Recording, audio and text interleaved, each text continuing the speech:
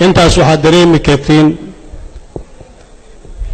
in maalinba maalin ka dambaysa dawladba deelbo ka dambaysa ay wax samaynaysa.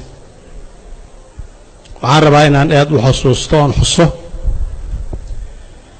dad badan ayaa waxay yidhaahdaan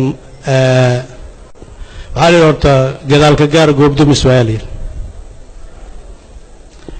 waxaan rabaa saaxiibkay khayr xukuumaddiisa dad ka midana waxaan ka dhegaysanaya oo dhahayo inay ayagu wax qabteen. saaxiibka yariisow xukuumaddu waa ka tirsanaa. waxaan rabaa in la sheego wixii ka horreeya la soo qabtay.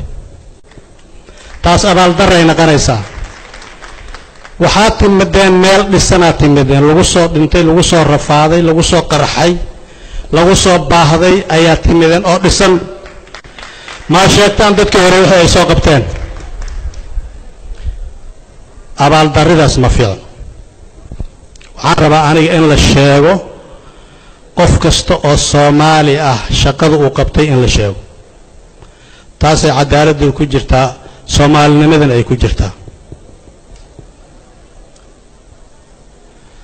28 sano waddankan uu burbursanaa. aniga sidana u dhex taagnaa weligii meel kama aadin. saaxiibka yariisow Ingiriiskuba ka yimid badde oo aad ammaanaysaan. waa maasi aniga cid ammaanays ma arkinba.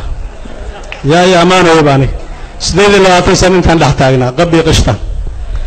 war dadka aniga iga daranaa jooga waddanka oo waddanka wax ka qabtay oo u dhintay oo u rafaaday oo gabdho iyo wiilal leh. gurigan sidaan u qurxan sidaan uma qurxanayn. ninka saan u qarxiyay meeshaan u fadhiyaa gacantayda xumaan uguma taagin. muungab kuwaa ka sii horreeyey, kuwaa ka sii dambeeyey. abaal la'aan waaye qofkii waddankan hal macalgad ku kordhiyay in la abaaldaro جسار نقنا. من لم يشكر الناس لا يشكر الله. ورقف كان بني آدم كل شكرني إلهي نكون شكرنا.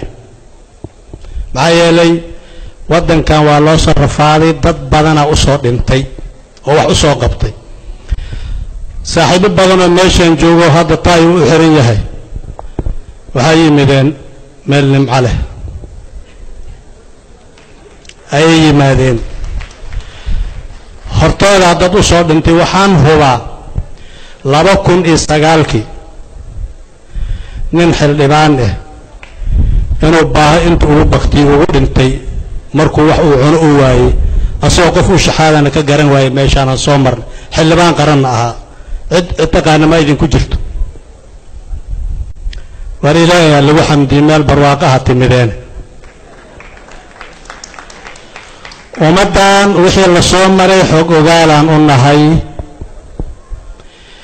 dhibaatadii meesha aan ka soo bilaabay laga soo bilaabay nin walba u soo dhimanayo, koon u soo dhimanayo, koon u soo kacay. maanta maxaan joognaa?